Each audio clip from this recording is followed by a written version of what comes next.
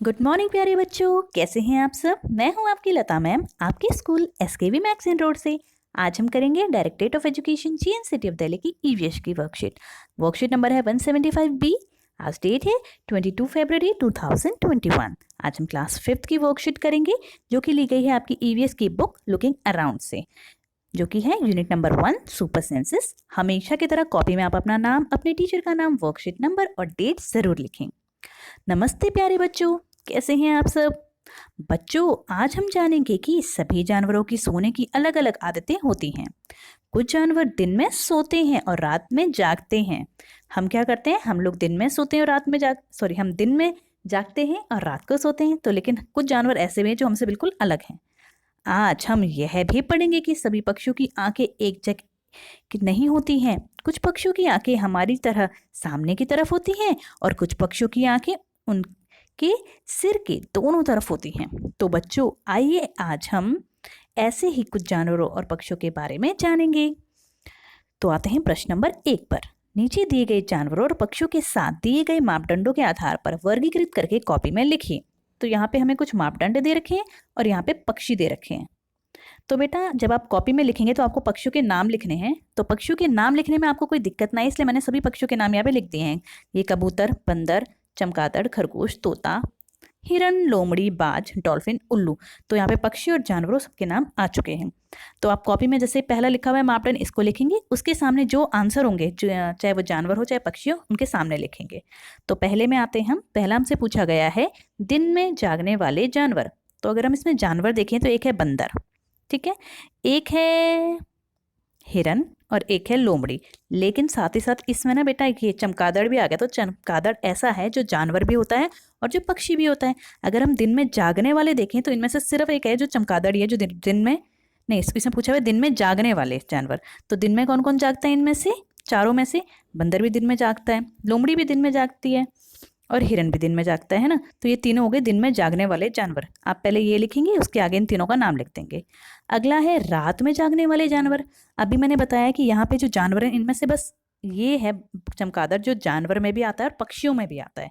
तो रात में जो जाग रहा है जानवर वो कौन सा हो गया, चमगादड़। वैसे तो उल्लू भी रात में जागता है, लेकिन इसने क्या पूछा हुआ है, जानवर, पक्षी नहीं पूछा ना हमसे। तो दूसरे वाले में आंसर, इस वाले में आंसर आएगा सिर्फ चमगादड़। अब आते हैं इसके तीसरे वाले भाग पर। पक्षी जिनकी आंखें सामने की तरफ होती हैं, मतलब हमारे जैसी, तो वो सिर्फ एक ही है, वो है उल्लू। ज्यादातर पक्षियों की आंखें सिर के दोनों तरफ होती हैं। तो तीसरे वाले का आंसर आएगा ये वाला, उल्लू। यहाँ पे लिखा हुआ है बेटा, ठीक है। चौथा है पक्षी जिनकी आंखें सर के दोनों तरफ होती हैं। तो जो बच गए वो सारे पक्षी इसमें आ जाएंगे। कबूतर भी आ जाएगा, चमगादड़, तोता, बाज, ठीक है। तो यहाँ इन सब के नाम मैंने लिखे हुए हैं, आप यहाँ से देख सकते हैं इन्हें कॉपी में कैसे लिखना है और आप लिख लेना। तो इस तरीके से हमारा पहला प्रश्न पूरा होता है। अब बढ़ते हैं थोड़ा आगे। बच्चों, क्या आप जानते हो कुछ जानवर को अवैध रूप से उनके शरीर के अंगों के लिए मारा जाता है। यही कारण है कि हमारे देश में बाघ और अन्य कई जानवरों की गिनती इतनी कम हो गई है कि इनके लुप्त हो जाने का खतरा हो गया। अब लुप्त होना क्या होता है, मतलब ये बिल्कुल ही, इन कहते हैं नामो निशान मिट जाना, ये बिल्कुल खत्म ही होने वाले हैं। लुप्त मतलब बिल्कुल खत्म होने वाले हैं। हमारे देश की सरकार ने इन जानवरों को बचाने के लिए बहुत से जंगलों को सुरक्षा प्रदान की है। ऐसे ही सुरक्षित जंगलों को हम नेशनल पार्क कहते हैं। यहाँ लोग जानवरों या जंगल को कोई नुकसान नहीं पहुंचा सकते और इन जंगलों के जानवरों के शिकार पर प्रतिबंध भी होता है। समझ गए कि नेशनल पार्क क्या पार्क होते हैं। जो नेशनल पार्क होते हैं, रिजर्व होते हैं, ये जंगल होते हैं जहाँ पे जाकर आप ना किसी पेड़ पौधे को नुकसान पहुंचा सकते हो, ना ही किसी जानवर को। ठीक है, अब आते हैं प्रश्न नंबर 2 पर। नीचे दिए गए नेशनल पार्कों का संबंधित राज्यों से मिलान करें। ये सारे नेशनल पार्क हैं और ये राज्य दिए हुए हैं, हमें मिलाना है कौन सा नेशनल पार्क कौन से राज्य में है। तो चलो करते हैं। पहला है जिम कॉर्बेट नेशनल पार्क, जो कि है उत्तराखंड में। फिर है Kanha national park, Kanha national park है मध्य प्रदेश में। फिर है Kaziranga national park, Kaziranga national park है असम में। फिर है बांदीपुर नेशनल पार्क, जो कि है कर्नाटक में। और लास्ट जो बच गया सुंदरवन नेशनल पार्क, ये है पश्चिम बंगाल में। तो आप अपनी कॉपी में इन्हें लिखेंगे, या तो सीधा 1 लिख के उसी के सामने उसका आंसर लिख दें, जो भी उसका आंसर है, या फिर इस तरीके से मिलान करके भी लिख सकते हैं।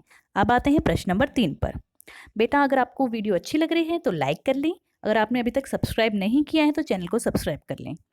नीचे दिए गए वाक्यों से पता लगाइए कि कौन से जानवर को उनके किस अंक के लिए अवैध रूप से मारा जाता है, और अपनी कॉपी में भी लिखिए। इसमें लिखा हुआ है सूंड का मैं राजा हूँ, दांतों के लिए मारा जाता हूँ। तो कौन सा ऐसा जानवर है जो सूंड, जिसकी सूंड होती है और इसको दांतों के लिए मारा जाता है? वो है हाथी। ठीक है, किस चीज के लिए मारा जाता है ये तो यहाँ पे लिखा हुआ है, और नाम क्या है उसका? हाथी। एक सींग के लिए जाना जाता, उसी सींग के लिए मारा जाता। तो कौन है जिसकी एक सींग होती है और उसी सींग के लिए मारा भी जाता है? वो है गेंडा। और गेंडा को किसके लिए मारा जाता है? उसकी सींग के लिए। अपनी खुशबू के कारण जाना जाता हूँ और उसी खुशबू के लिए मारा जाता हूँ। तो वह है कस्तूरी मृग। ठीक है। पूरे जंगल में शान से रहता हूँ, पर अपनी खाल के कारण जान को देता हूँ। तो बेटा वो शेर भी हो सकता है, वो बाघ भी हो सकता है। तो दोनों मैंने यहाँ पे लिख दिए हैं। अब आते हैं आज की वर्कबुक के। अधिक अभ्यास के लिए अपने अभ्यास पुस्तिका में से पृष्ठ संख्या 6, 7, 8, 9 भी कीजिए। तो बेटा इसकी वीडियो भी आपको थोड़ी देर में मेरे चैनल पे मिल जाएगी, इसलिए सब्सक्राइब जरूर कर लीजिए, क्योंकि मेरे चैनल पे आपको वर्कबुक के सोल्यूशन की वीडियो भी मिल जाती है। अब आते हैं लास्ट में आज की मैसेज की तरफ। Keep maintaining physical distance of 6 feet. अगर हम बाहर जाते हैं तो हमें 6 फीट की दूरी बनाए रखनी है, हाथों को नियमित रूप से सैनिटाइज करना है और मास्क पहन के रखना है। ओके बेटा, आज की वर्कशीट यहाँ पे कंप्लीट होती है। सभी कॉपी में करेंगे और टीचर के पास सेंड करेंगे। Okay, bye bye.